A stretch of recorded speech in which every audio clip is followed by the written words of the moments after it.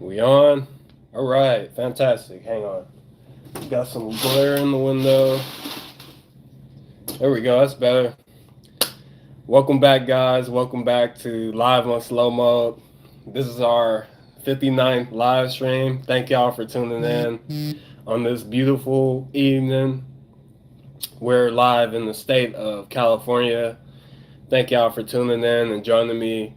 We have a lot to cover this evening, so I hope you all stay with us as we got some very important information to cover this evening. So without further ado, let us get into it. Let me first start off by saying, if you haven't done so already, hit that subscribe button, subscribe to our YouTube channel. We are continuing our growth as we continue to expand and provide knowledge to all of you. And we continue to grow our business and continue to put out more content for you guys. Take the time to play our live streams, put our live streams on play all and repeat for ASMR purposes, and also to gain more knowledge or some things that you all may not understand. Don't mind my voice. You can put it low. I know I may yell it sometimes or may talk louder sometimes. I don't have a mic, so I have to talk a little bit louder into the phone or whatever recording device, etc. But feel free to do so. Put our playlist, our Live on Slow Mode playlist, on repeat and play all, so that if you all would like to continue to contribute to our business and our platform, you can all help by doing that, by playing all of our videos and engaging and commenting, sharing, liking, etc. And this will actually help out our algorithm and our search engine optimization, or SEO. I know that sounds like a lot for those that are not, I would say, technologically literate, but yes, it helps our business, and that would be the alternative to buying our merchandise, which you see that I'm wearing this blackamoor t-shirt. You see has the Haru with the shin, the holding the shin, and our official vintage logo. So yes, support our brand as we continue to expand and grow. And we have a lot to cover this evening, and let us get into it. So the topic of this video is, hang on one moment, let me put on some music, get the ambience going. I have to watch what music I put on because I've been getting like copyright strikes, and that isn't helping out our situation either. Okay, get the ambience going. Drop a comment in the comment section, any questions you all may have. And let me see, I don't see the live feed. Is that, oh, okay, that's fine. Hang on, I don't know what that button is, but I don't want to press it. So okay, let me sell some music and then we will continue and get going. I don't know how long this live stream will last. So after this live stream is uploaded, I don't know how long it's going to be. It can be 1 hour, 2 hours, 3 hours, because I have that much information to share regarding this topic. We have a lot to cover this evening, so let me continue on with the process. Okay.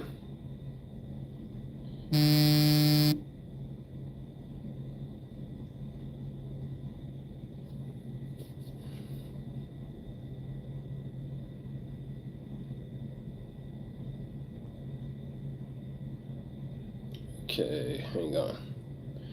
We almost got some. I'm gonna put this on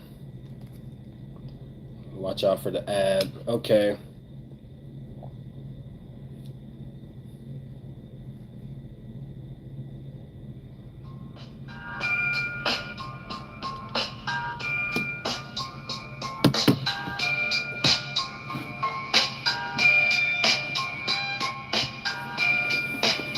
One moment.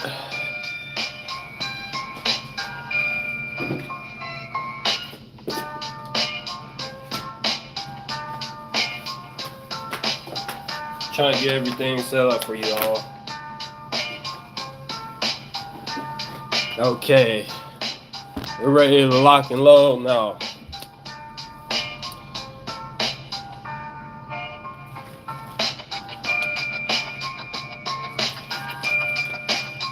Nobody in the live yet? Share this video out. We got a lot to cover. Important information that these other platforms will not cover. These other YouTube stars will not cover. These celebrities will not cover.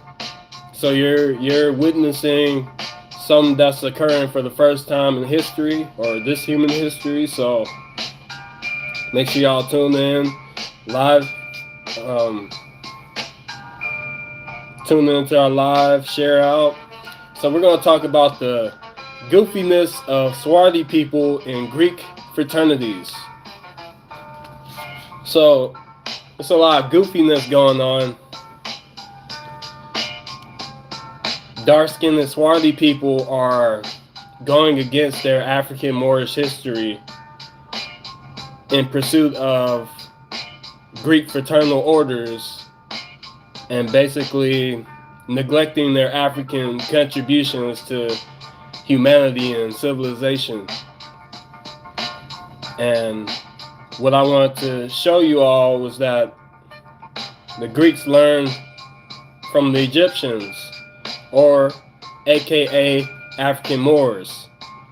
That's according, well actually, I'll give y'all references so that y'all don't think that I'm just talking off the top of my head.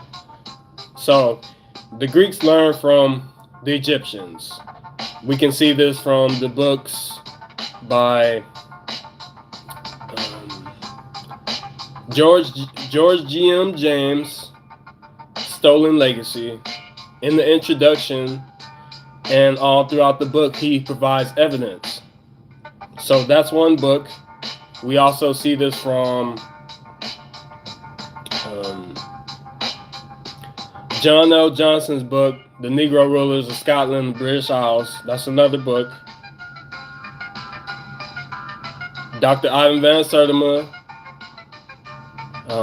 African Presence in Early Europe. And when I say AKA africanmoors, I'm referencing to Dr. Asa G. Hilliard III in his lecture, Escaping the Matrix, which can be found on YouTube. He says africanmoors in his presentation. He shows africanmoors there. We also have africanmoors from the book that I mentioned earlier by John L. Johnson, Negro Rulers of Scotland and British Isles.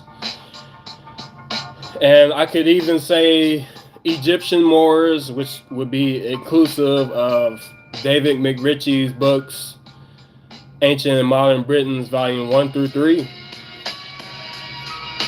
Possibly Volume 1.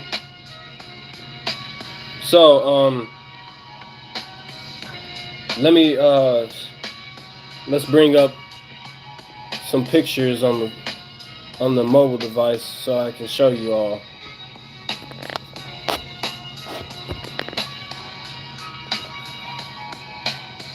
In the background.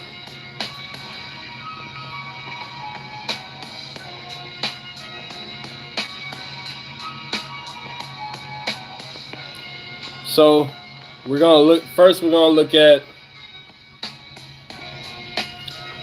Egyptian Mysteries, Volume 3, The Priests and Priestesses of Ancient Egypt. by Dr. Muada Ashby. Now I don't know if this is going to show the full page. I haven't cropped the images. Hopefully.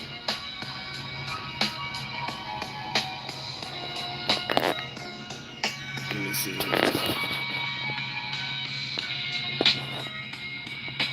Okay, so hang on, I can't see the page number. So we're gonna read this. Hang on, not this page, not yet. We're gonna get here really soon. Let me go back and change the image. This is a better picture, cool. So this is page 20 of the same book, The Priests and Priestesses of Ancient Egypt. So we're going to start up here where it says influences on Greek culture. Okay. Culture may be defined as all aspects. Hang on. Base 44. Look, it pulls our expenses in. Culture may be defined as all aspects of a group of people that denote their unique expression of their life.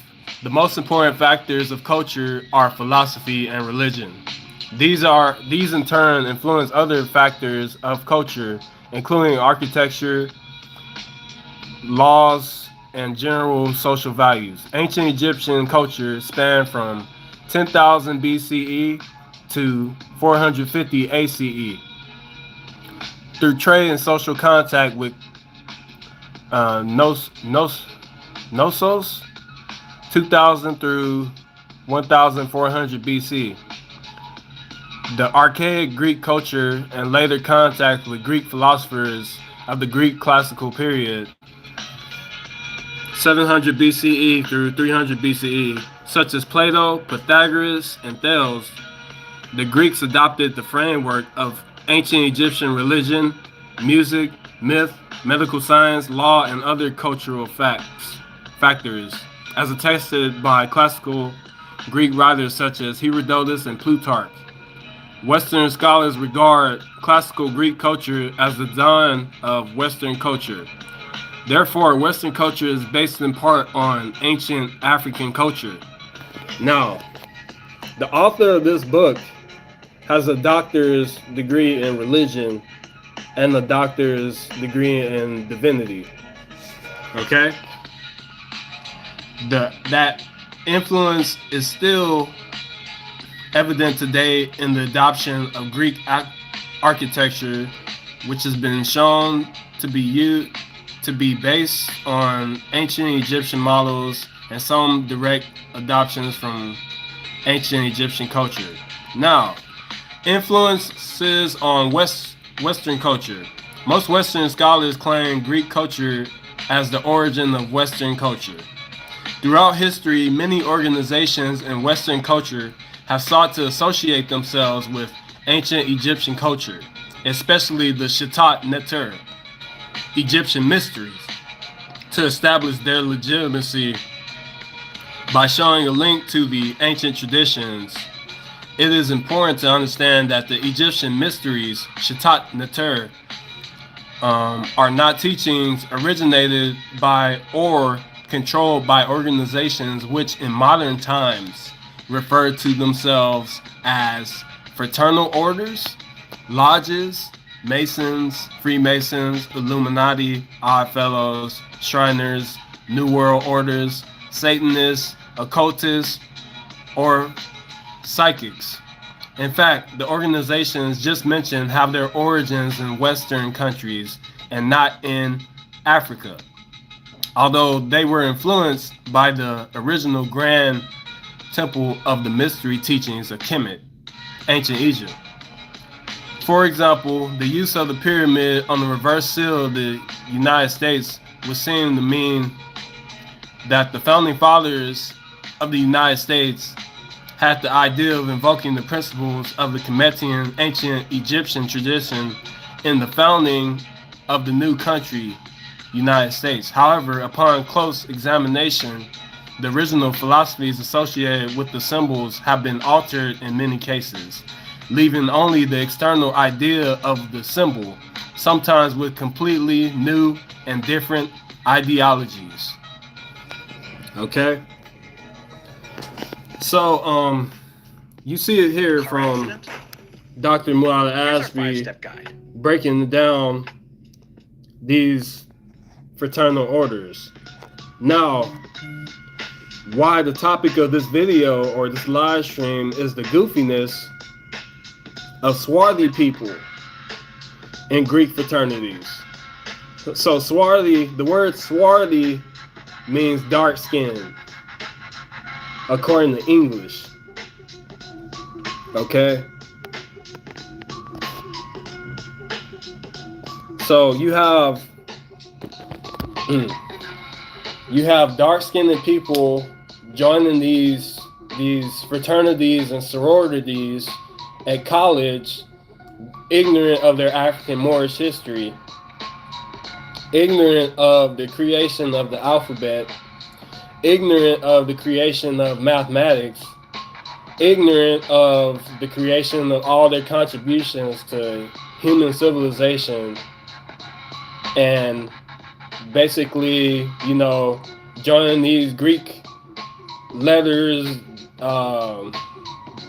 delta, sigma, pi, etc., and not knowing the origin that dark-skinned people created these things, and the origin or the roots trace back into Africa, which the whole planet seems to have disdain for. Okay? And what else? It's pretty goofy, and it's ridiculous. Now, this isn't to bash anybody. This isn't to slander anybody. This is to address the truth, because the rest of these celebrities are not going to do this because they're too busy living their best life and eating everything off the menu, as opposed to handling business.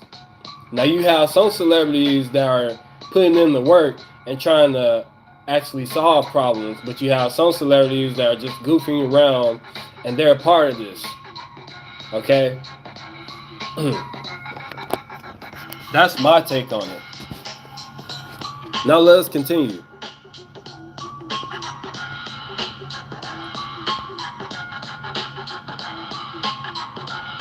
Let's see here. What I want to touch on here. Okay, so I don't know which page. Just hang on. I got this prompt in the way, and I don't know how to move it, so I can't even tell what page this is. Welcome to live chat. Remember to guard your privacy and abide by community. How you remove this? Because it's in the way. So I don't know what page this is. Maybe you all can tell at the bottom of the screen. I don't know. But I want to start up here where it says other combatant symbols evident. I want to start right here. You see the top of my head right here? I'm going to start right there. Okay? Hang on. The text is really small, and I'm having a hard time seeing it. You know what? I'm about to bring it up because I cannot see that. I need to be able to see the page because I can't see it. Okay. Bear with me one moment. Let's see here.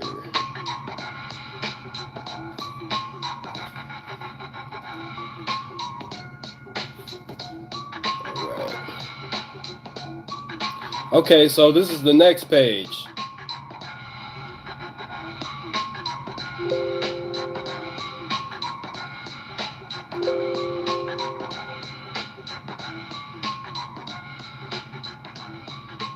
Oh, well, let us continue. Okay. So we're continuing from where we left off on the next page, so you probably can skip to this point after this video is uploaded. So, attached to them, it was expanded by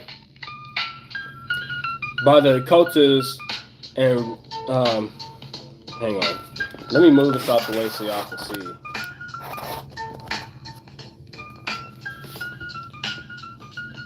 Okay, so attached to them, it was expanded by the occultists and reputed expert in Masonic lore, Manly P. Hall, that many of the U.S. founding fathers were Masons, and that they received assistance from Masons in Europe to establish the United States for, quote, a peculiar and particular purpose known only to the initiated few, end quote. Hall said that the seal was the signature of the Masons, and that the Amphiris pyramid symbolizes the task that the government has to accomplish. The eagle is a representation of the phoenix, which is the ancient Greek reinterpretation of the Cometian ancient African Benu bird, which is the symbol of the Cometian god Ra and rebirth. Other Cometian symbols evident in the iconography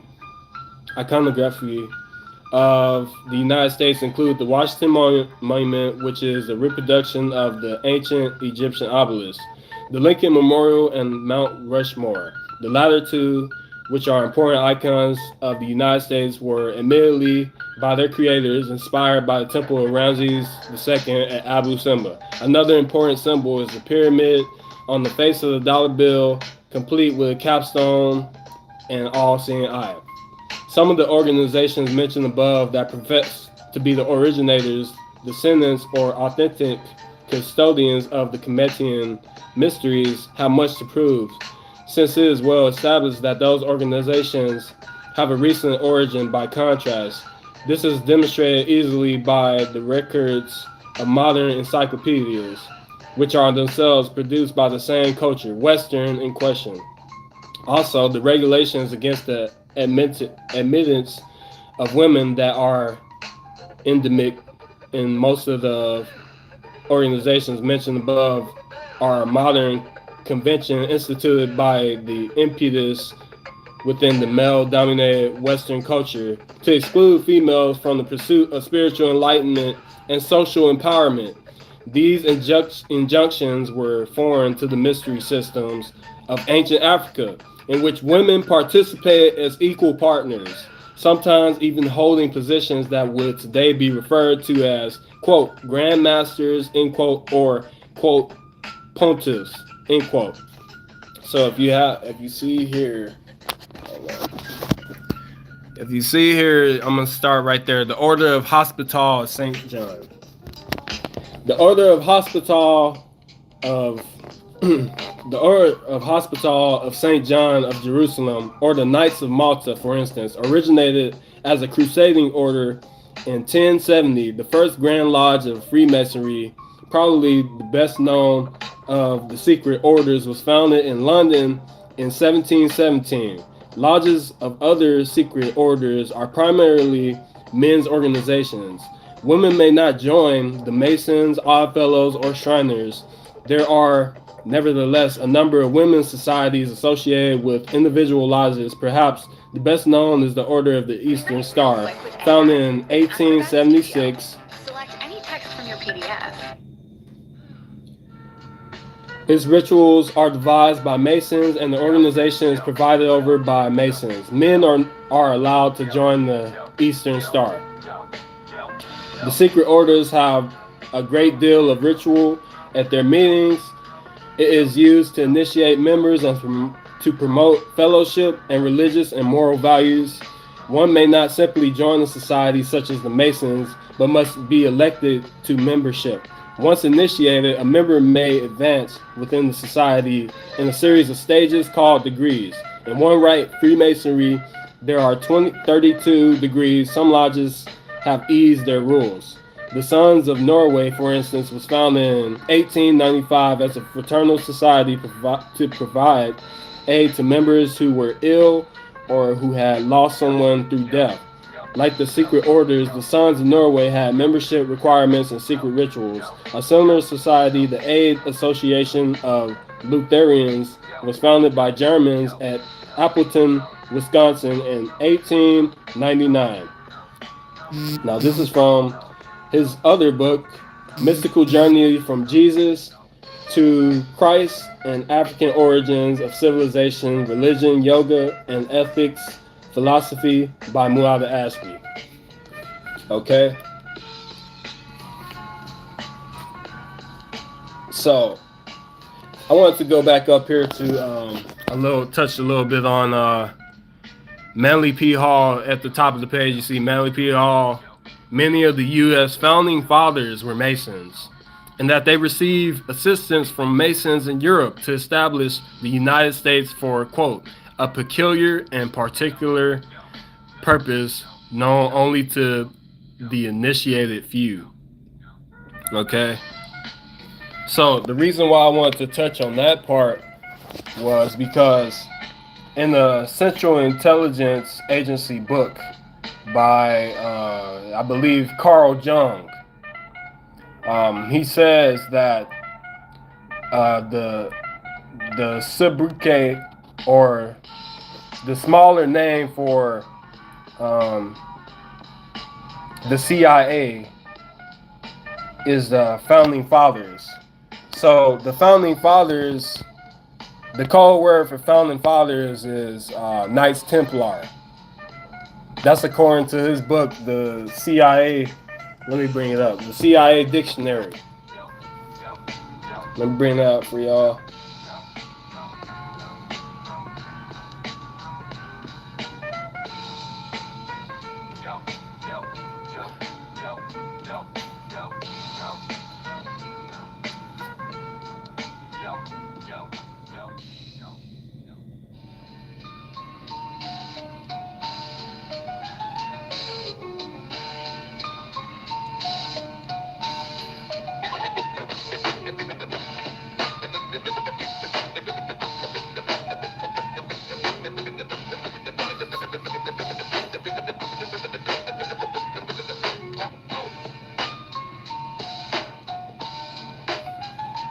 I don't have the copy of the book.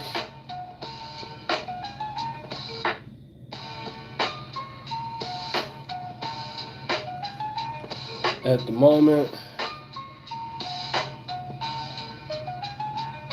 Oh, not Carl Jung. This is by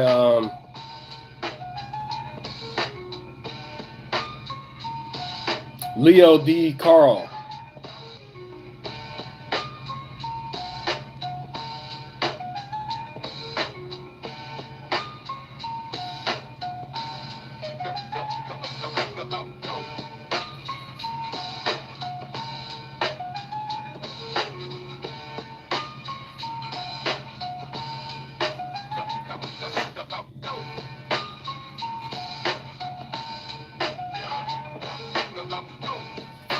So, in this book right here, hang on. Take off the green screen really quick.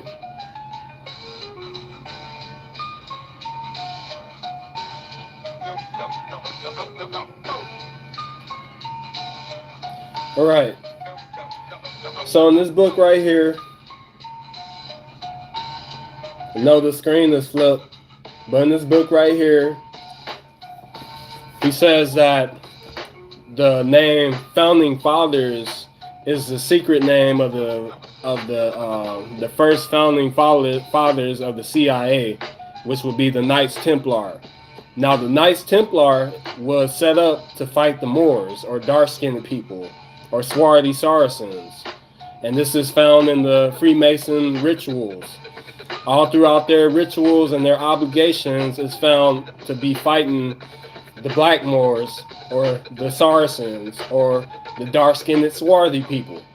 So when you have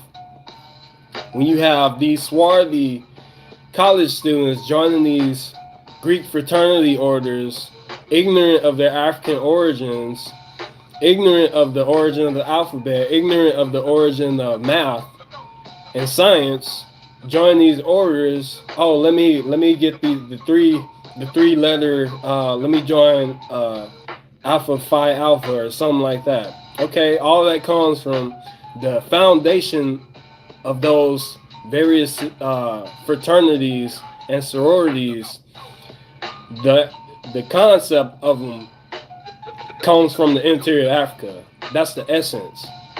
period. It started, the alphabet comes from Africa, as you can see here. So let me break it down. We got the book here. We broke it down the last live stream, the previous live stream. We got signs and symbols of primordial man. You see here? Okay.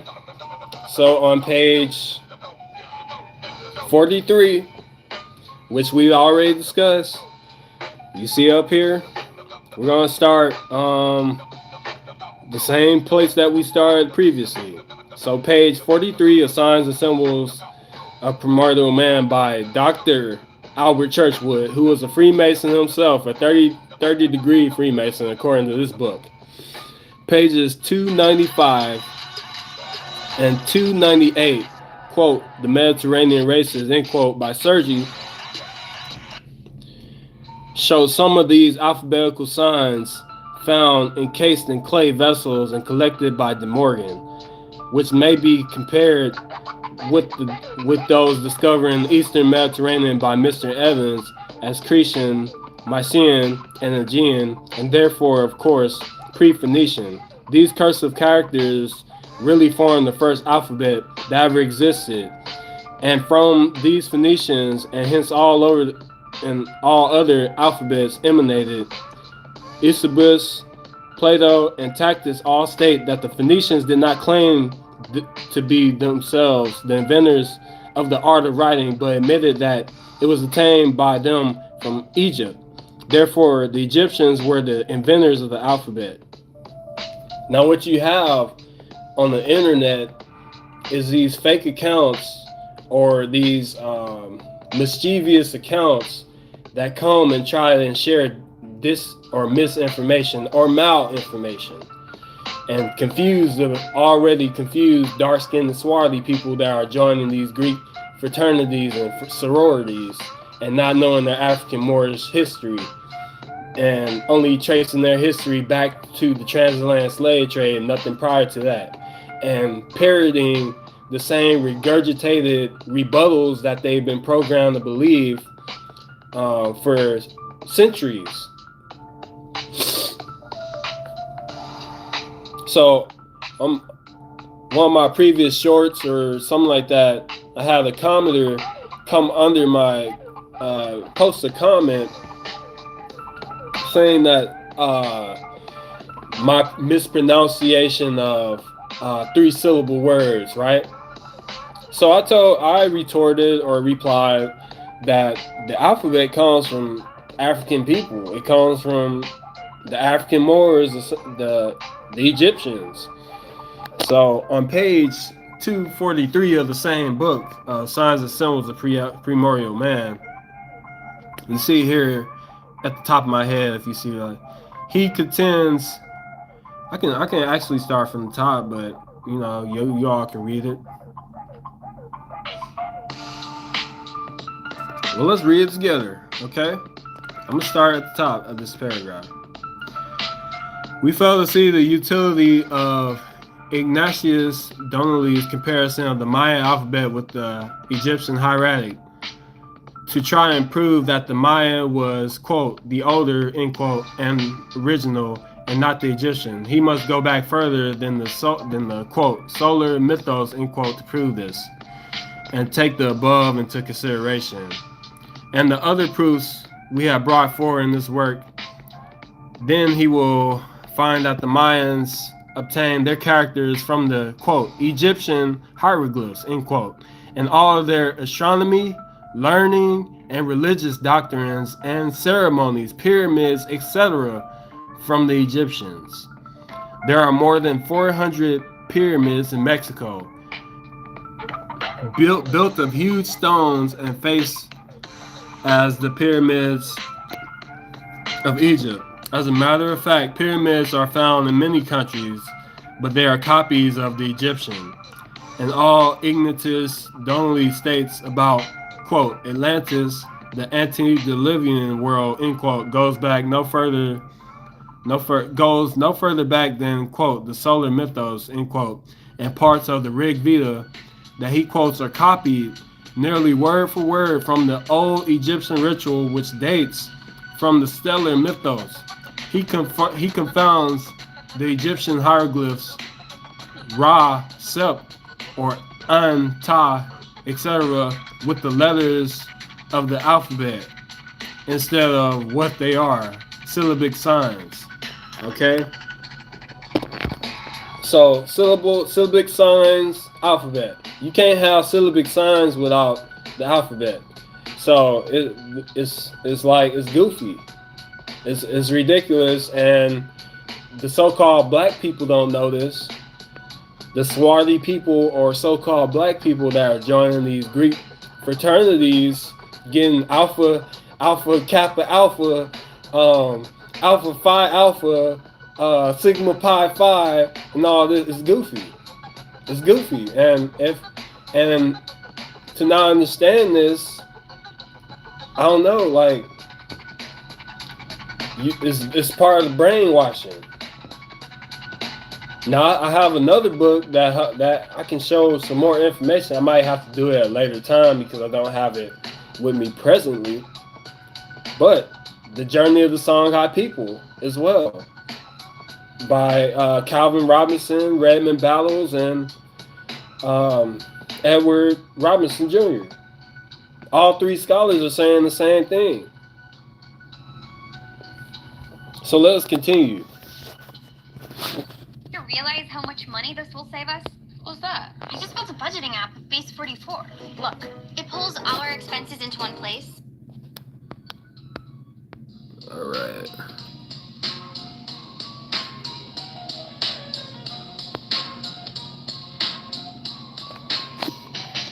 I wanted to show this page just so there's just to clear up some confusion, because I know there's a lot of confusion with words in English.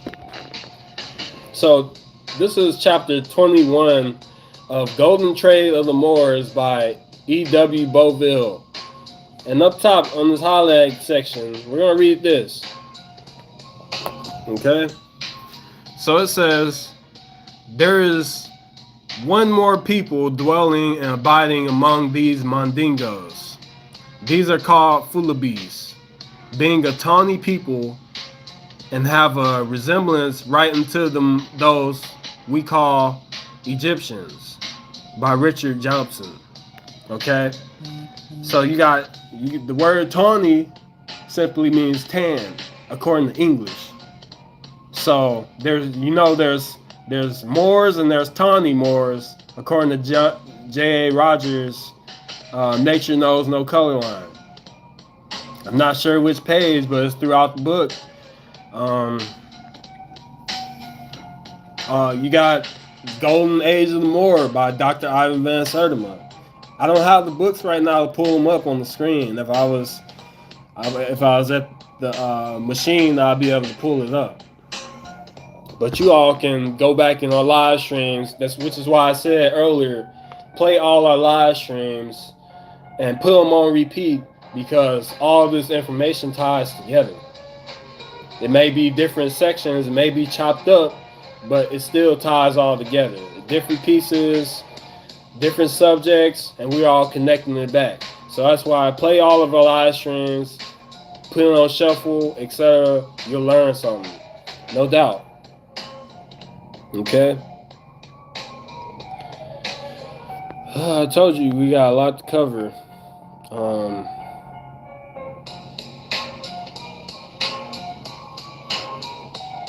Let's see here. We all want to cover here. We haven't got there yet. So there are good and bad members that are a part of these different orders, right? There are good and bad members a part of these fraternal orders who actually tried to help swarthy people connect to their African Moorish history, that didn't sell out and just accept the goofiness and the benefits of indulging in Western civilization or Greek civilization that was inspired by the Africans. Okay, there are some good ones, some being George Jim James, Stolen Legacy, who risked his life in order to put out that book. Okay, exposing the secrets that the Greek philosophers learned what math they knew from the Egyptians and studied at their African teachers. Okay, so you have bad fraternal order members that aren't necessarily in it for the people, or the dark-skinned people calling themselves black, who can't trace their African Moorish history and origin because of the confusion, the brainwashing that's been taking place, according to the book Journey of the Songhai People. So it's pretty goofy. It's goofy and it's ridiculous, and none of these celebrities, none of these YouTube platformers want to say nothing. They just want to confuse you and muddy the waters by saying some other nonsense, not providing any references, and just trying to take up screen time in order to earn revenue. They don't care about sharing the information. They don't care about telling the truth.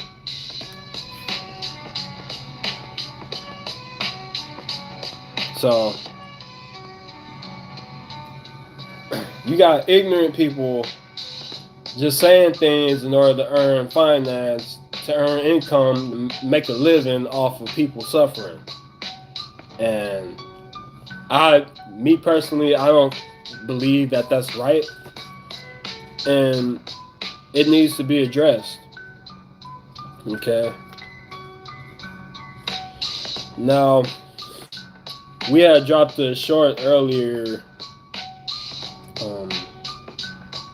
showing how ignorant people are ignorant of the laws of cause and effect, or the laws of karma, or Ari, or I say it, they're ignorant to the Indian karma, or the ancient African concept of Ari, which is mentioned by Dr. Mu-Ala-Aspi in his various Egyptian yoga books. But people don't like to read, and they just want to look at videos instead of research. And they like to discredit people who actually do research because they're ignorant themselves of the true research, the true evidence. They have no evidence. What they decide to do is go to Google, and they think Google is going to tell them the truth, and it doesn't. So we're about to look at this book right here, Morals and Dogma. Morals and Dogma of the Ancient and Accepted Scottish Rite of Freemasonry, prepared for Supreme Council of the 33rd degree for the Southern jurisdiction of the United States, and published by its authority, right? By, what's his name? Albert Pike. So, do we have any atheists here? Do we have any atheists? Any atheists? Going one, going twice? We have any atheists? Let's see here.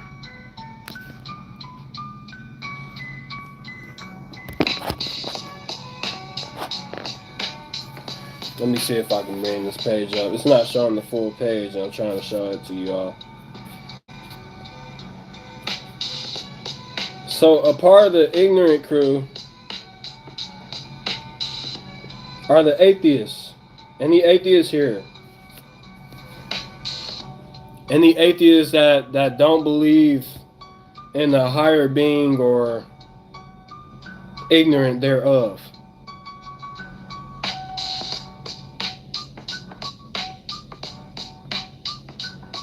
I wanted to show you all that the people in these secret societies and these secret orders,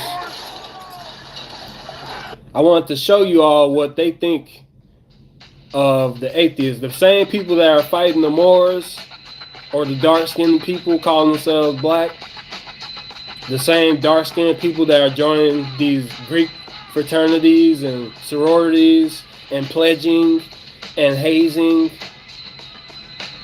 don't know the origin of these secret rituals that they're going through. They're just doing it just to fit in and being a follower instead of a leader,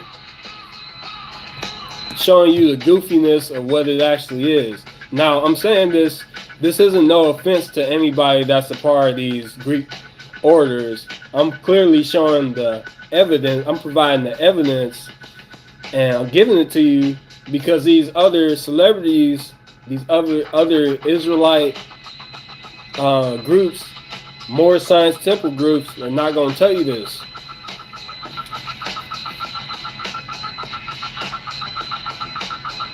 So let me go to what book I'm trying to go to. This is Morals and Dogma. So I'm trying to bring that up so I can read the full page.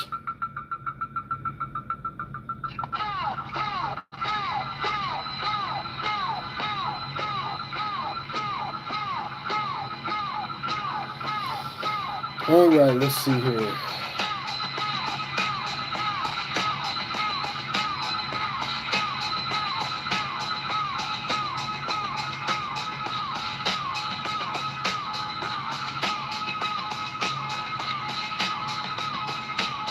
There we go, Morals and Dogma. Let's bring it up. Let me see what page we're on.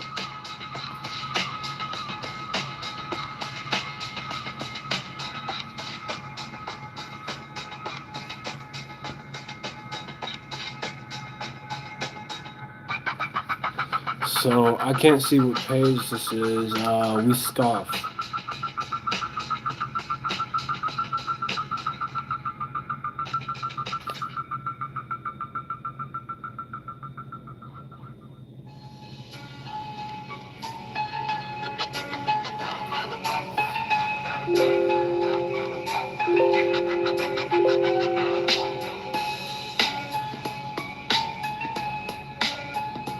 Feel free to drop any comments. This is a non-judgmental zone. We only share knowledge and information, and we exchange it, as opposed to withholding it from people.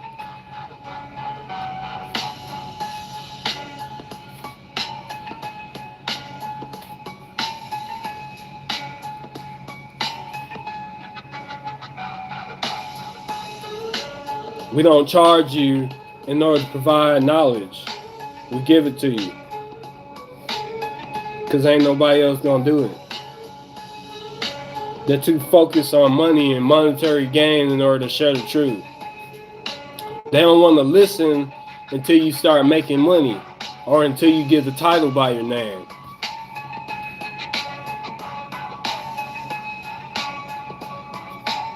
They don't want to listen until you have social proof. That's all they care about, because their God is money. That's who they slave for. They're a slave to money and their egoistic desires.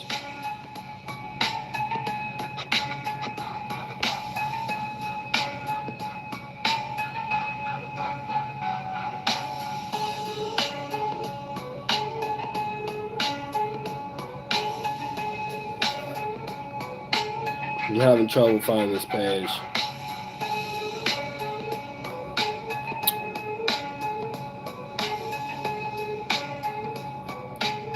Yeah, I'm trying to type in the word, and I'm having problems typing in the text in order to find the page, and it's describe an idea. I don't know. And watch it appear. From prompt to polished PDF. Adobe Acrobat Studio. They only want to listen when you got social proof. Alright, this isn't searching, so I need to look for another way to get this book.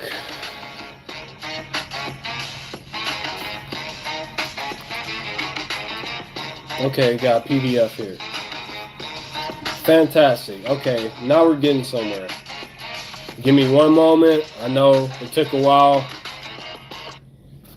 I'm trying to get this book pulled up so that I can read along with y'all and give y'all the evidence as opposed to just saying stuff.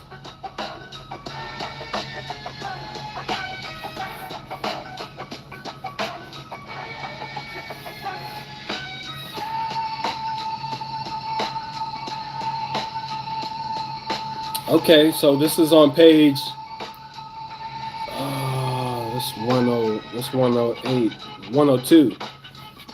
So this is on page 102 of Morals and Dogma. We're gonna read right here. So it says here, the true name of Satan, the Kabbalists say, is that of Yahweh, reversed. For Satan is not a black god, but the negation of God. The devil is the personification of atheism or idolatry. So it says here, the devil is the personification of atheism or idolatry. Okay, we have any atheists here? We have any ignorant atheists here that don't believe in cause and effect and karma? Okay, now this is what the Freemasons know about you that you don't know. You can't be a Freemason if you're an atheist.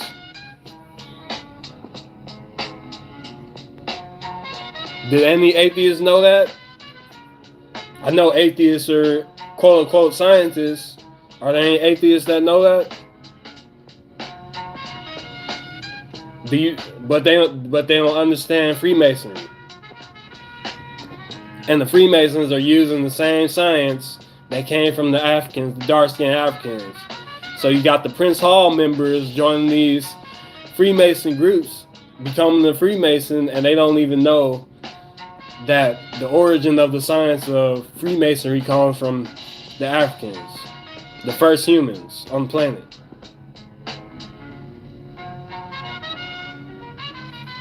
It's goofy. And these celebrities, you got celebrities that are Freemasons. Any of y'all familiar with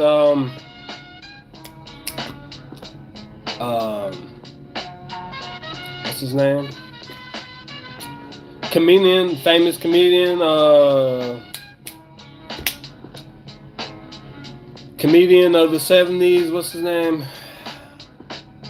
I can't think of his name.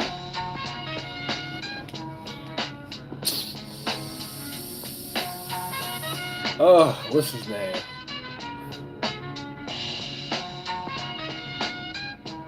The cocaine comedian. What's his name? Y'all know who I'm talking about. It's gonna pop up in my head. But he was a Freemason. Basketball player Shaq of the Lakers, retired basketball player, Freemason. Scottie Pippen, Freemason. All these dark-skinned, swarthy people joining these Greek fraternities, Greek orders, not knowing that the science that they're practicing in these orders come from Africa. Or probably didn't find out until after they joined these orders, because they have to uphold their obligations. They have to hide their secrets from the dark-skinned people or the uninitiated.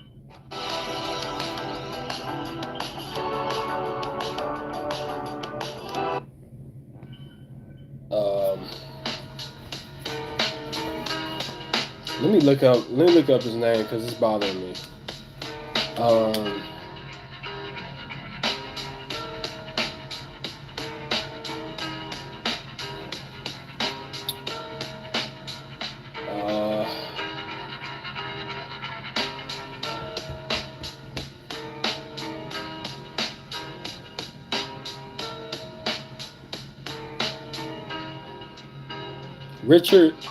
Richard Pryor. Richard Pryor is a Freemason. Was a Freemason. Dark-skinned, swarthy fellow is Goofy. And one of Richard Pryor's top acts was the skit of him going into the Egyptian tomb and being locked in there by the archaeologists behind him. The French archaeologists, they're Egyptologists, so to speak. Now let's go back to Albert Pike and get back on the topic. Okay? Let's continue here.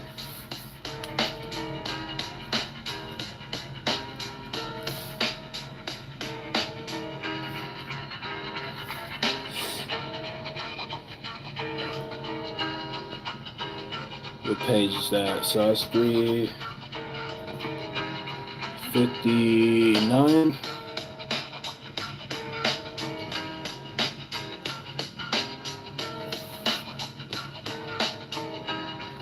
So we're on page 359. We're going to read this part right here, this paragraph.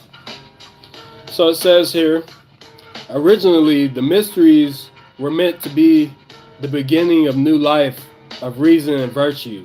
The initiated or esoteric companions were taught the doctrine of the one supreme God, the theory of death and eternity, the hidden mysteries of nature, the prospect of the ultimate restoration of the soul to that state of perfection from which it had fallen, its immortality, and the states of reward and punishment after death.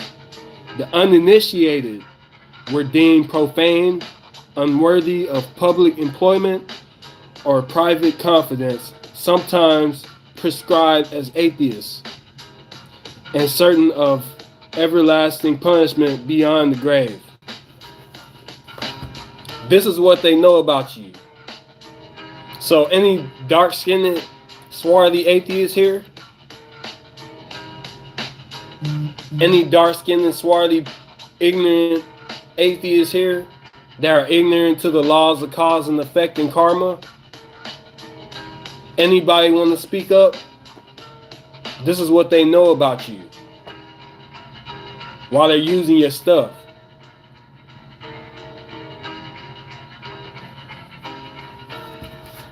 But, you know, quote unquote, black people don't read, right?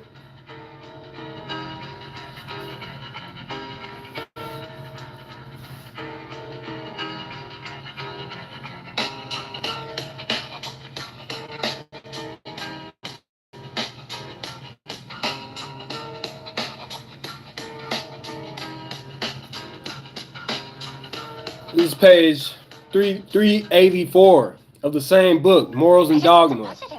What? How? Base 44. Look, Albert Pike. Pulls our expenses.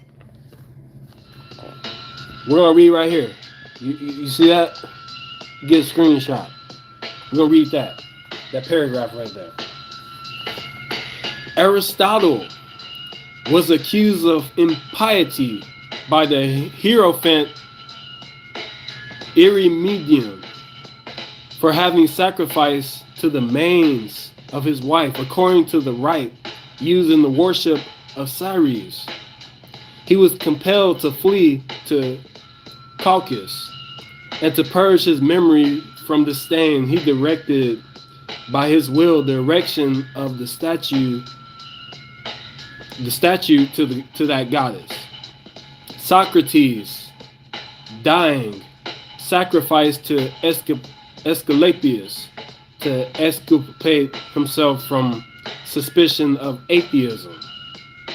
A price was set at the head of Diogenes because he had divulged the secret of the mysteries.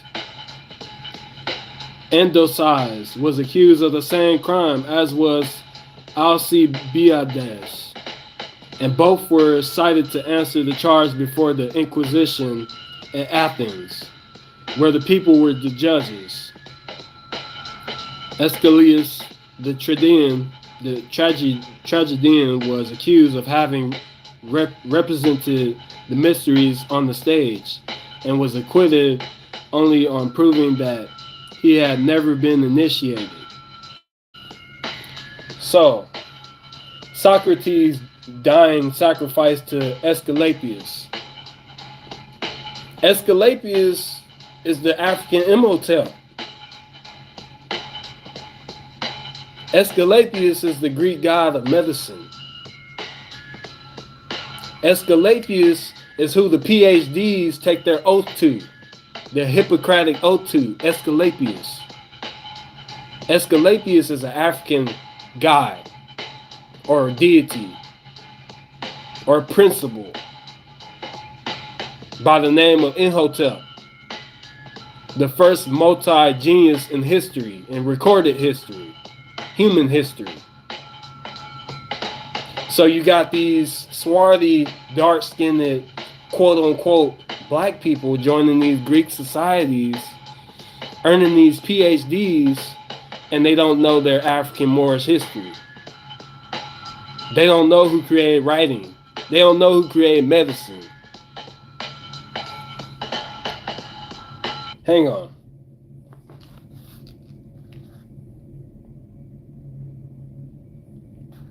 So you got these ignorant, atheists, swarthy people who don't abide by the rules of cause and effect or Indian karma, who don't read, but's only spoon-fed what's given to you.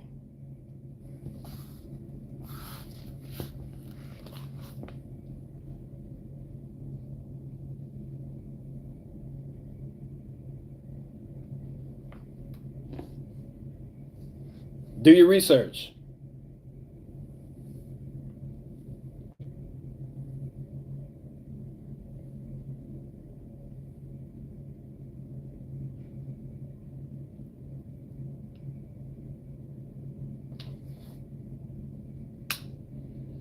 So we're about to look up,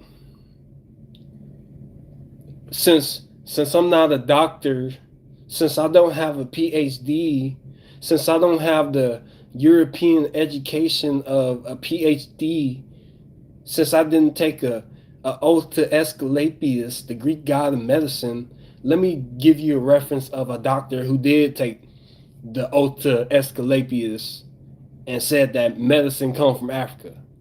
Let me show you it. Since don't nobody wanna, I need a doctor credential by my name to be heard.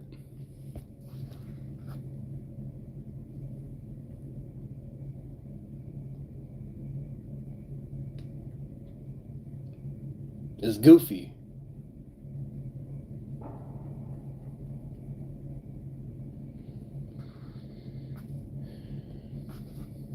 Small business accounting software, supercharged. You introduce your buddy to DTF St. Louis. He goes on the site and winds up dead. I don't know what we can talk about in this nation without talking about white superiority, honestly.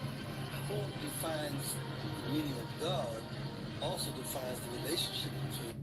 But they are landmarks in African-centered historiography. Requesting Dr. Charles Finch. Right? Don't do too much medicine now. But they are. I said I almost dropped the phone.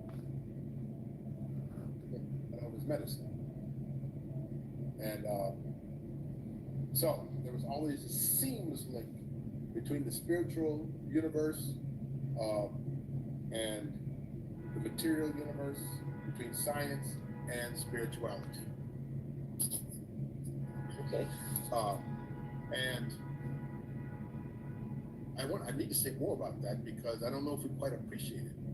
So the priests, Give me one moment while I look for this. Again, I almost dropped the phone the second time.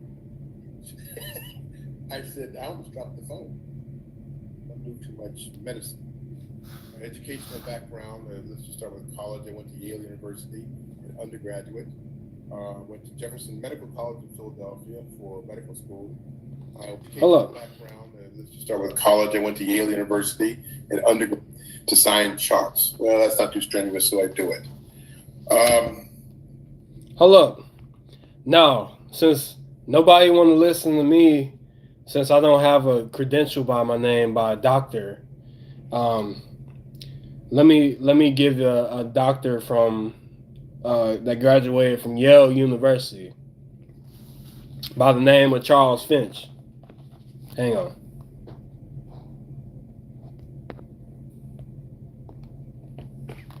Name of Charles Finch, who recently passed away early. You look here, the title of this video is Happy Talks, Dr. Charles Finch, the correlation between medicine and African philosophy. Okay, he's right here on the left. You see him with the glasses? Him right there? I'm gonna let him do the talking. Since all the sheep will care about is credentials and credibility indicators, according to Timothy Ferriss in his book, The 4-Hour Work Week. My educational background, let's just start with college. I went to Yale University, an undergraduate. Went to Jefferson Medical College in Philadelphia for medical school. I went to University of California, Irvine Medical Center for my family medicine residency. I am a family physician by training. Traveled to Africa 75 times, 37 times to Senegal, 12 times to Kemet or Egypt.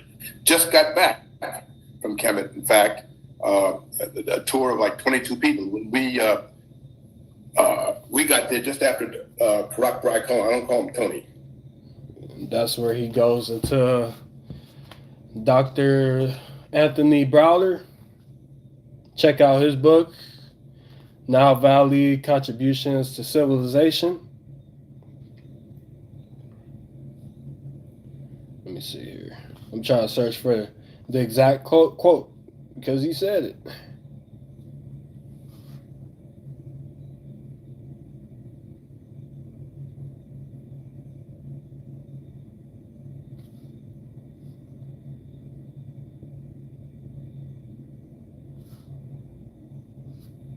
Hey, you don't do anything without what we call gods. You didn't in Egypt either. You know, especially Thoth or Jehudi, he was a god of a lot of things, and one of the things he was a god of was medicine. And so there was always this seamless link between the spiritual universe and the material universe, between science and spirituality. Okay. And I need to say more about that because I don't know if we quite appreciate it. So the priests, I can say this. The priests were physicians and the physicians were priests. Always. I like that. Priests were physicians, physicians were priests. Yes. Yes. So you mentioned a second ago about the cosmos and its relation to who we are here on the planet Earth.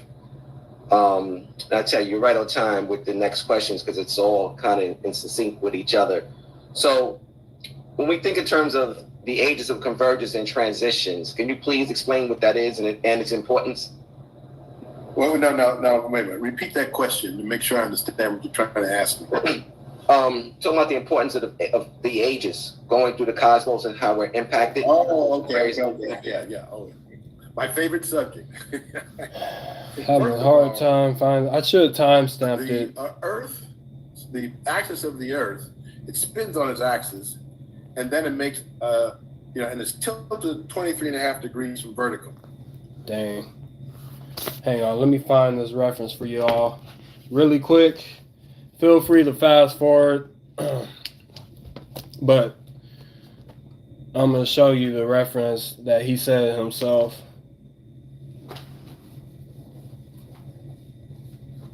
And you all can go to the video and see it yourself.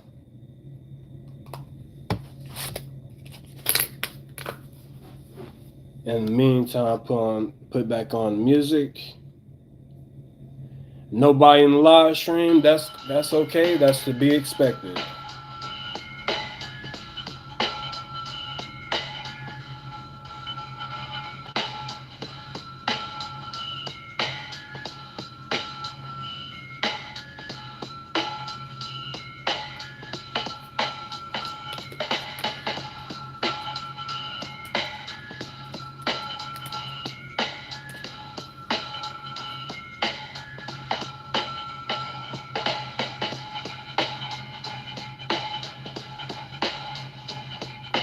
Imagine being able to build anything just by thinking about it. Meet Base 44.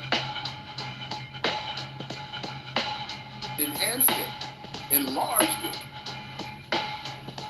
You know, because let me tell you,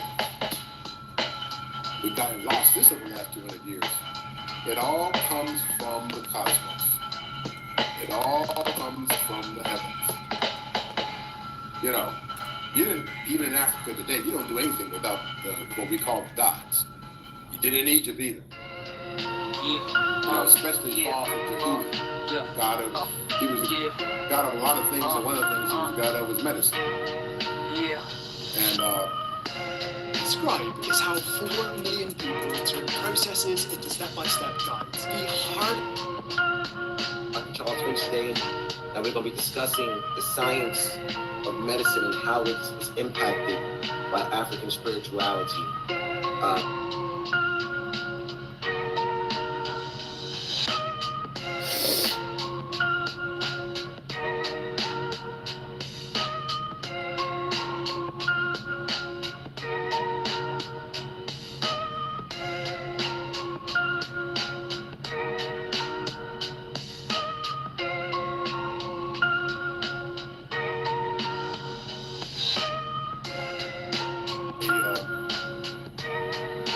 you like that, you started.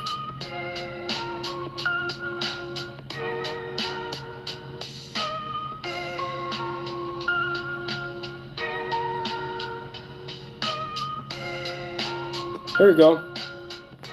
So at timestamp, at timestamp 22 minutes 40 seconds. This doctor from Yale says that medicine, whatever you think is medicine, comes out of Africa. This is what a doctor at Yale said. Now, sorry for the brief intermission, but let us continue.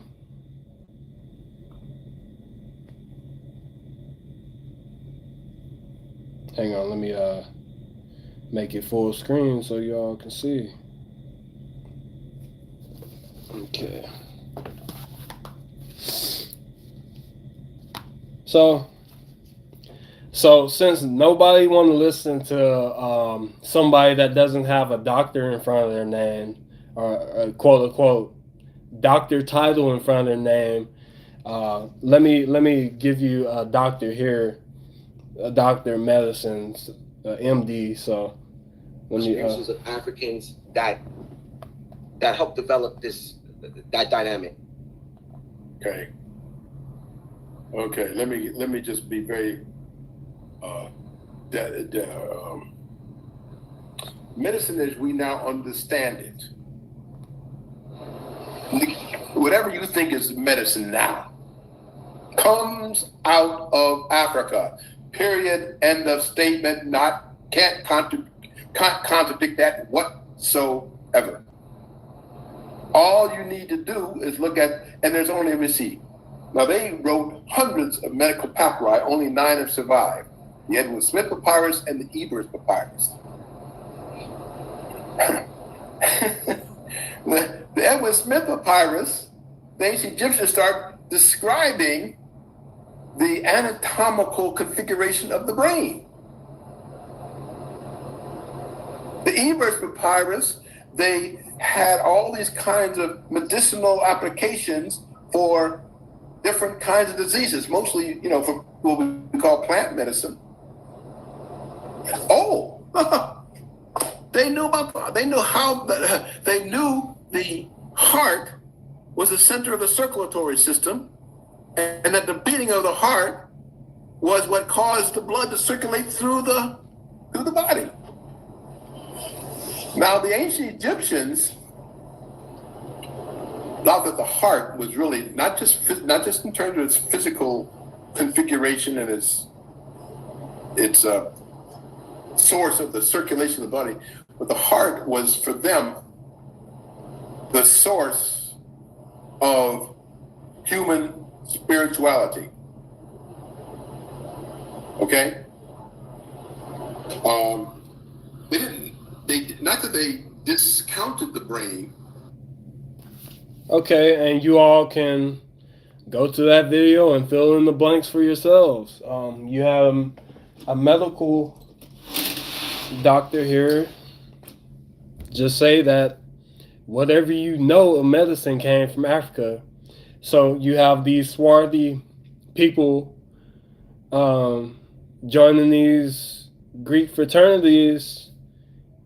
Let me go pledge, let me go step, let me go haze and do all this. It's goofy. You don't know where the alphabet came from. You don't know where mathematics came from. You don't know where science came from. You don't know where medicine came from. You don't know where astronomy came from, and etc. It's goofy. Do you see how ridiculous it is? Now, I'm not a PhD. I didn't take an oath to Asclepius or Imhotep, African Imhotep. But that's what the sheep will care about. They only want to listen when you make money or when you got a credential by your name, a credibility indicator. That's the only time they want to listen. It's goofy. You can put a book in front of them. They still don't want to listen. That's ignorance. That's willful ignorance. Now, the people, like I've said the last live streams, there are people that want to know, that aspire to know. There are people that are ignorant and don't want to know. And there are people that know, but they're not going to tell you. Which category do you fall in?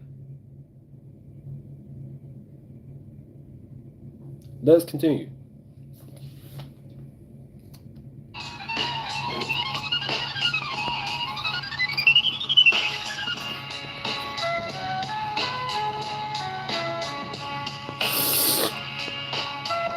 So we're going to go to the book.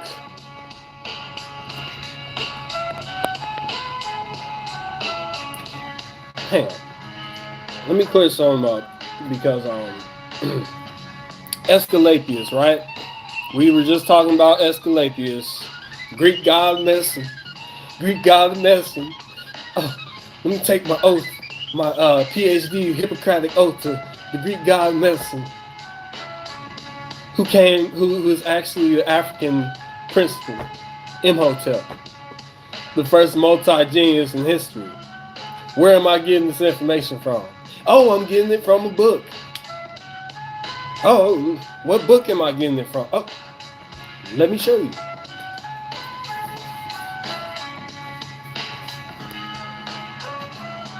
But don't nobody want to listen if you don't got no views, or if you don't got no likes, or if you don't got no credibility indicator, or if you don't got no money. Don't nobody want to listen.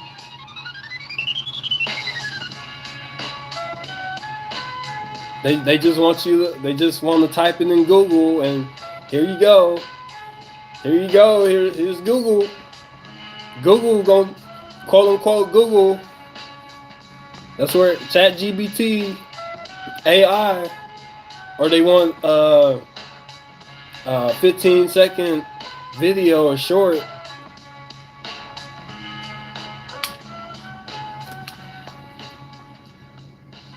Now, where am I getting this? I mean, it's goofy. It's ridiculous. So, there are people dying with this information, not even able to put it out People dying with this information, hoarding it from people and dying with it. So the information is being lost, just like Stonehenge. You don't know how it was built. They don't know how these trilithions were built. They don't know. They can only speculate. They don't even know the purpose of what they were built for, because that knowledge was lost in antiquity. And that's what they want to do with quote unquote black people. That's why they want you to forget slavery. That's why they want you to forget the Inquisition.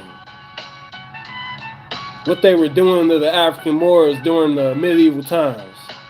That's why they set up the night orders and the Freemasonic orders against the Moors and Saracens. That's why they did it. But you want to go pledge.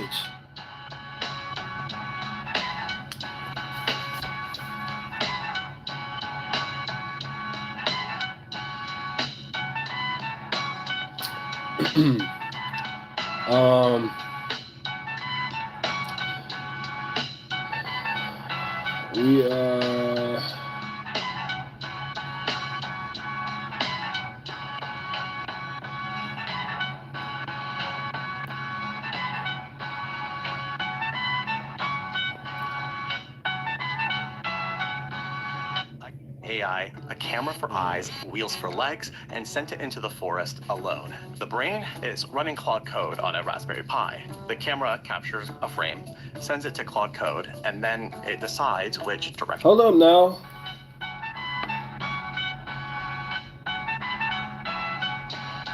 Now, we're looking at the book Serpent Power. The Serpent Power and the Lost Book of Jehuti and the Wisdom of the Caduceus by Dr. Muada Ashby. Another book.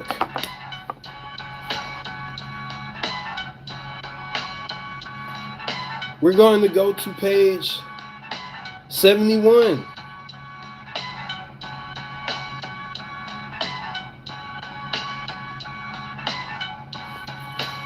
It's page 71. Take a screenshot. And it says here, Asclepius is the Greek god of medicine. Asclepius in Latin. Asclepius is often depicted in art holding a staff with a serpent coiled around it. The serpent, which was sacred to him, symbolized renewal of youth because it casts off its skin. It is also akin to the caduceus of Jehuti, which relates to the serpent power energy. In ancient Greek myth, Asclepius was the son of the Greek divinities Apollo and Cronus. The centaur brought him up and taught him the art of healing. His daughter Hygeia personified health, and his daughter Peneka healing. Two of his sons appear in Homer's Iliad as physicians in the Greek army. Their supposed descendants, called Asclepia, formed a large order of priest-physicians. The sacred secrets of medicine belonged only to them and were passed on from their father to son. The Asclepida practiced their art in magnificent temples of health called Asclepia. The temples were actually sanatoriums equipped with gymnasiums, baths, and even theaters. The patient was first put to sleep. His dream, interpreted by the priest, was supposed to furnish directions for treatment. All cures were recorded as miracles.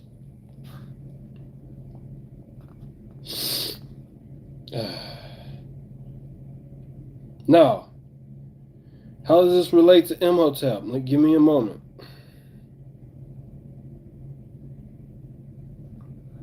Let me go to,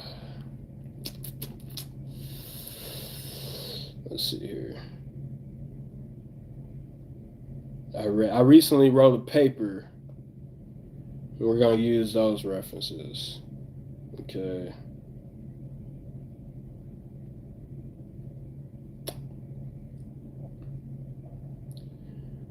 let's see here. What is disease? Oh, I think there we go. Hippocrates and Galen. Let's do that. My references should be in here because I remember typing it up. I don't have the references off the top of my head because I use various sources. But I also have the book. We have the book by Journey of the Songhai People, which I don't have presently.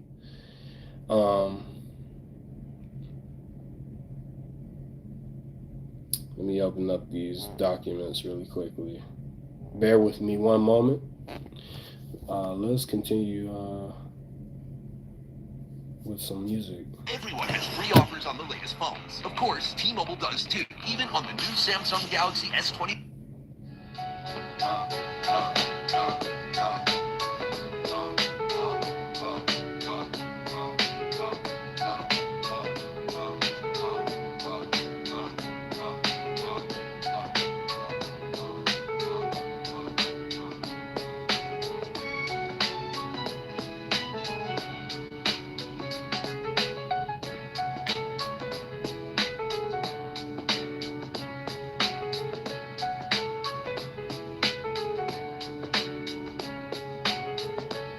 Okay, so this is, hang on, let me,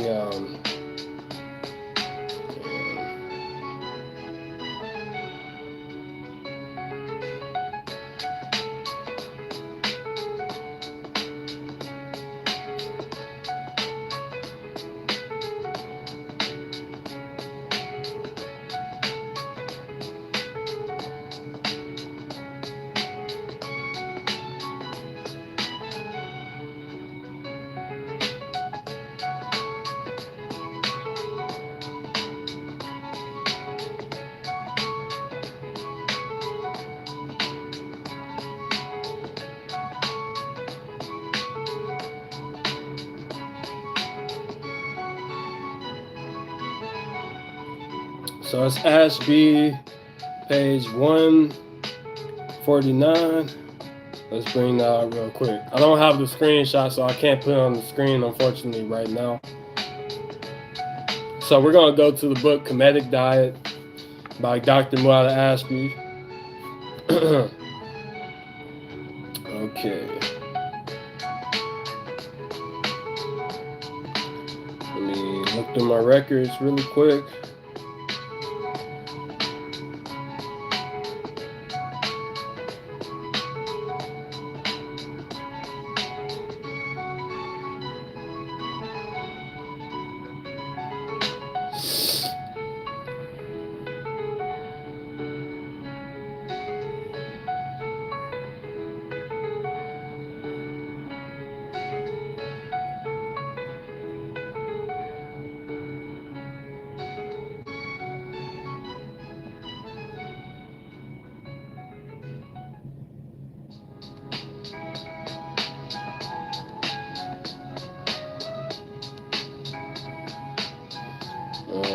That isn't, I don't think that's the right page. Hang on.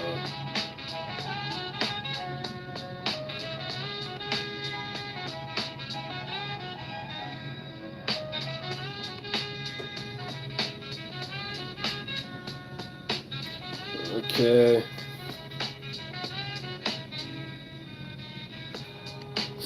So we're gonna start from the book Kemetic Diet. Let me go to the title so I can show y'all. This book, Kemetic Diet by Dr. Muada Ashby. Check it out. Very inspirational, very important book for anybody. And I definitely recommend it. We're going to start on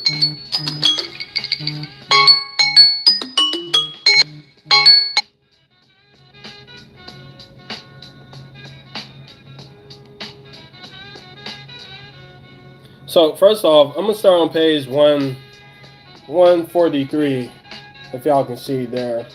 Start at the top of the page, just to balance it out, just so there's no confusion amongst some humans that think that I am pitting one human against the other human. That's not the case. So we have the understanding that all human beings are compatible with each other. Therefore, they are members of a single species, i.e., one human race.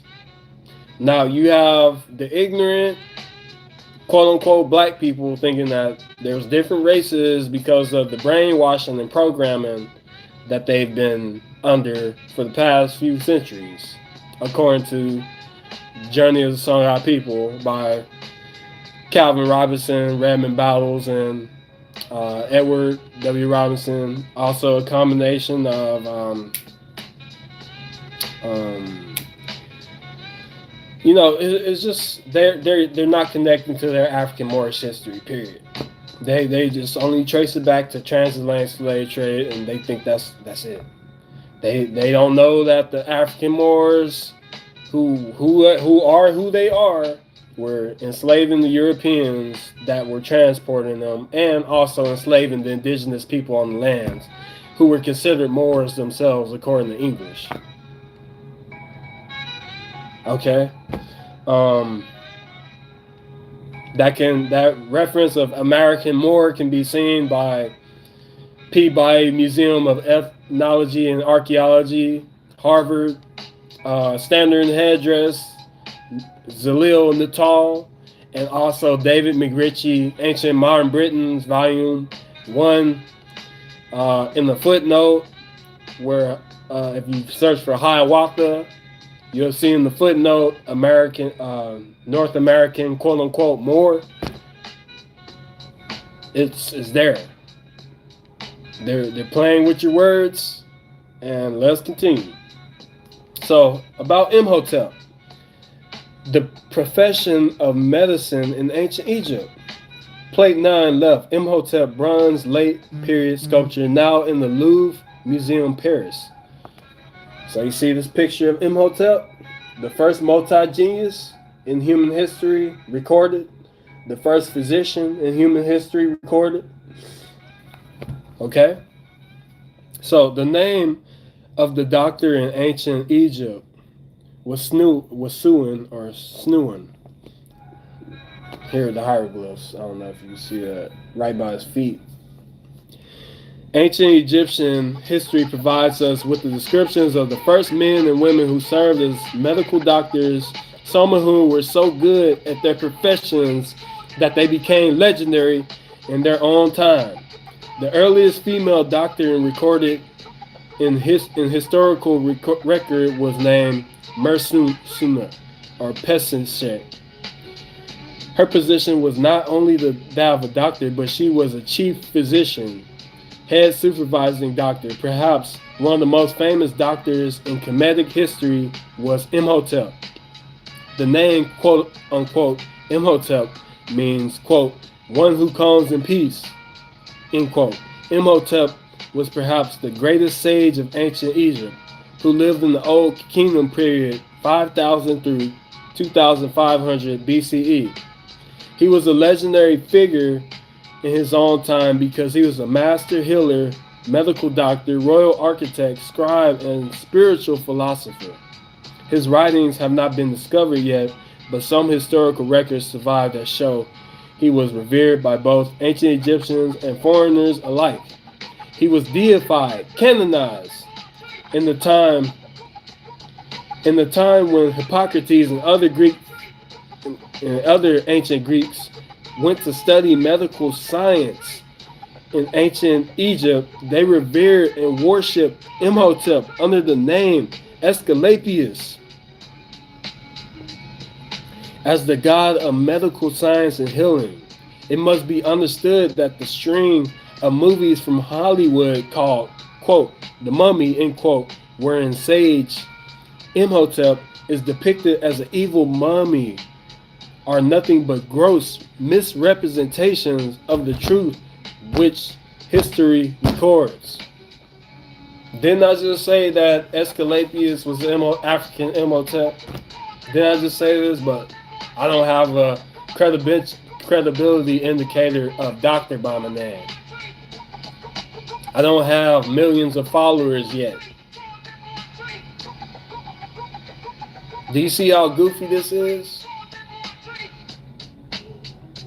But don't nobody want to pay attention until you have money or until you have a credibility in the cave. Because that's how sheep think. That's how the profane, the ignorant, vulgar think. Okay? Let's continue. We got 15% on the phone, so we still got some more to cover. I gotta monitor that. So hopefully it don't just cut off. If it does, I've already provided y'all enough information to do your own research, and I'll catch y'all next time. I might forget. So let's go back to morals and dogma. Well, actually, we can even go. We can go to.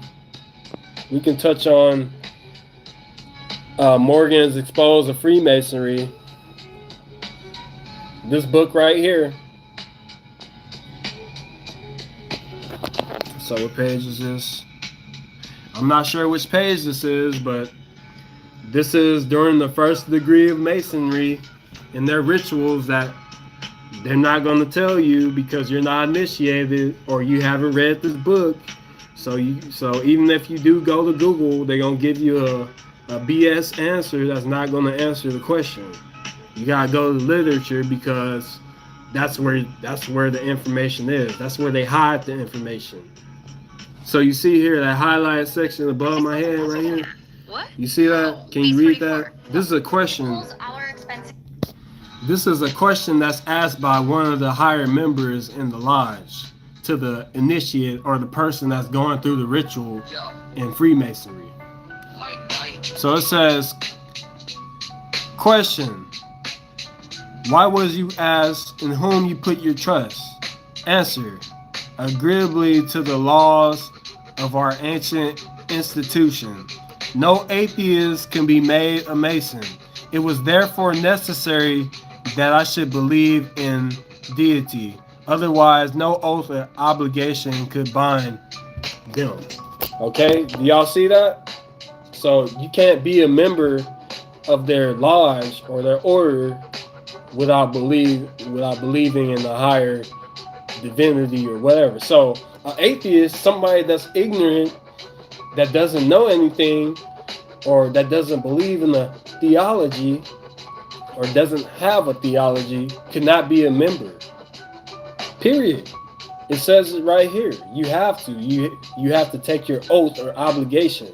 And once you do that, you can't say any of the things that I'm saying to you. You can't even show the reference of whatever the ritual, whatever part of the ritual, any passwords, any secrets, any grips. You can't say none of that.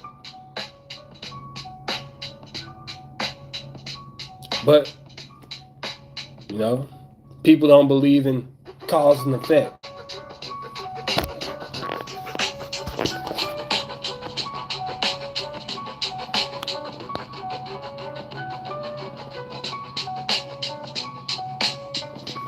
This is in the Master Mason oath and obligation. You can look this oath up on the Google, since that's what people put their faith in is Google. Since you want to Google everything, Google this. Google the obligation or oath of the Freemasons that's taking oaths against you and hiding information, hiding your own science from you and using it against you.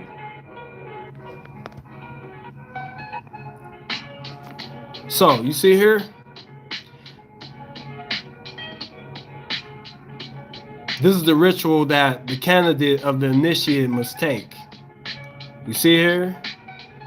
That I will not be at the initiating of an old man in dotage, a young man in non-age, an atheist, irreligious, libertine, idiot, madman, hermaphrodite, nor woman. You see here? So, we had read earlier from Morals and... Wait, hold on. We read earlier from Dr. Muhammad Asby's book, Egyptian Mysteries, the priests and priestesses of ancient Egypt, showing that no women can be a Mason. We already showed this from a doctor in religion. Now, this is the obligation of them. This is what they take. This is what they can't even repeat to you. Anybody that's a part of these orders, these secret orders, they can't repeat that to you. They can't even show it to you.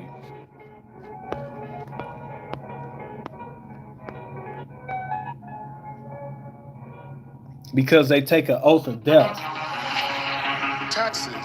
What's so taxing?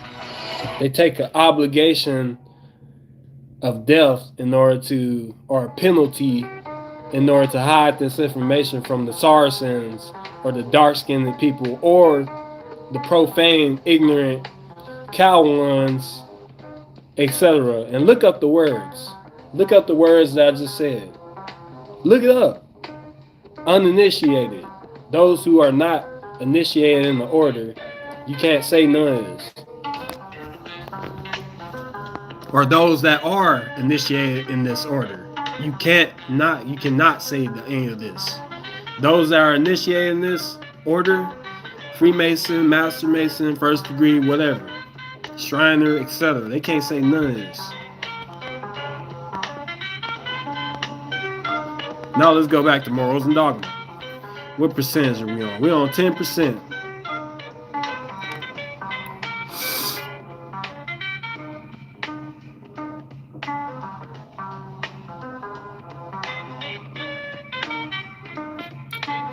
Hang on.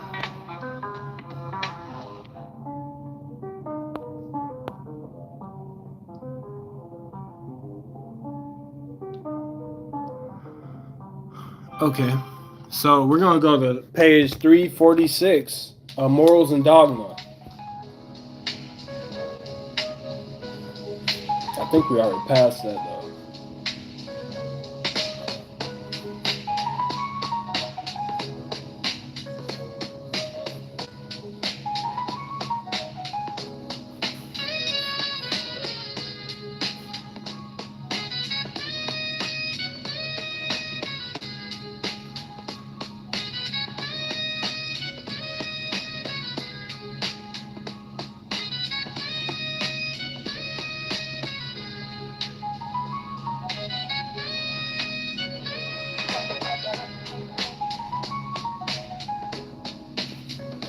Oh no, that's not, that's page 646. On page 646 of Morals and Dogma. We're going to read this really quickly. We're going to read this whole page. So, it says here, true, the theory of atheism has been uttered. It has been said, death is at the end. This is a world without God, a God. You are a body without a soul. There is a here, but no hereafter for you. An earth, but no heaven. Die and return to your dust. Man is bones, blood, bowels, and brain. Mind is matter. There is no soul in the brain. Nothing but nerves. We can see all the way to the little star in the nebula of Orion's belt, so distant that would take light 1,000 millions of years to come from it to the earth, journeying at a rate of 12 millions of miles a minute. There is no heaven AI Toolkit is live on this side of that. Every leading AI tool you need for video creation is now. This side of that. You see all the way through. There is not a speck of heaven, and do you think there is any beyond it? And if so, when would you reach it?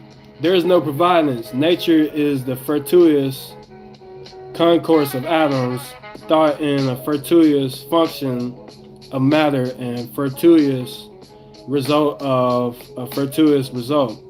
A chance shot from the great wind gun of the universe. Accidentally loaded, pointed at random, and fired off by chance. Things happen. They are not arranged. There is luck and there is ill luck, but there is no providence. Die you into dust. Does all this satisfy the human instinct of immortality that makes us ever long with unutterable longing to join ourselves again to our dear ones that have gone away before us and to mankind for eternal life? Does it satisfy our mighty hungering and thirst for immortality, or anxious longing to come near to and to know more of the eternal cause of all things? Man never could be content to believe that there was no mind that thought for man, no conscience to enact eternal laws, no heart to love those whom nothing of earth loves or cares for, no will of the universe to marshal the nations in the way of wisdom, justice, and love. History is not, thank God. We know it is not. The fortuitous concourse of events or nature that of atoms, we cannot believe that there is no plain purpose in nature to guide our going out and coming in, that there is a mighty going, but it goes nowhere, that all beauty, wisdom, affection, justice, morality in the world is an accident and may end tomorrow. All over the world there is a heroism unrequited or paid with misery, vice on thrones, corruption in high places, nobleness in poverty, or even in chains, the gentle devotion of woman rewarded by brutal neglect or more brutal abuse and violence. Everywhere want, misery, overwork, and under wages. Add to these the atheist's creed, a body without a soul, an earth without heaven, a world without God, and what pandemonium would make of this world. Let me see if I got the next page on here. Yes, I do. So on page 647, if you see here on the screen, we're going to start here from continuing on. Heaven, a world without God, and what pandemonium would we make of this world? The intellect of an atheist would find matter everywhere, but no causing and providing mind. His moral sense would find no equitable will, no beauty or moral excellence, no conscience enacting justice into unchanging law of right, no spiritual order or spiritual providence, but only material fate and chance. His affections would find only finite things to love. And to them, the dead that were loved and that died yesterday are like the rainbow that yesterday evening lived a moment and then passed away. His soul flying through the vast inane and filling the darkness with its wings, seeking the soul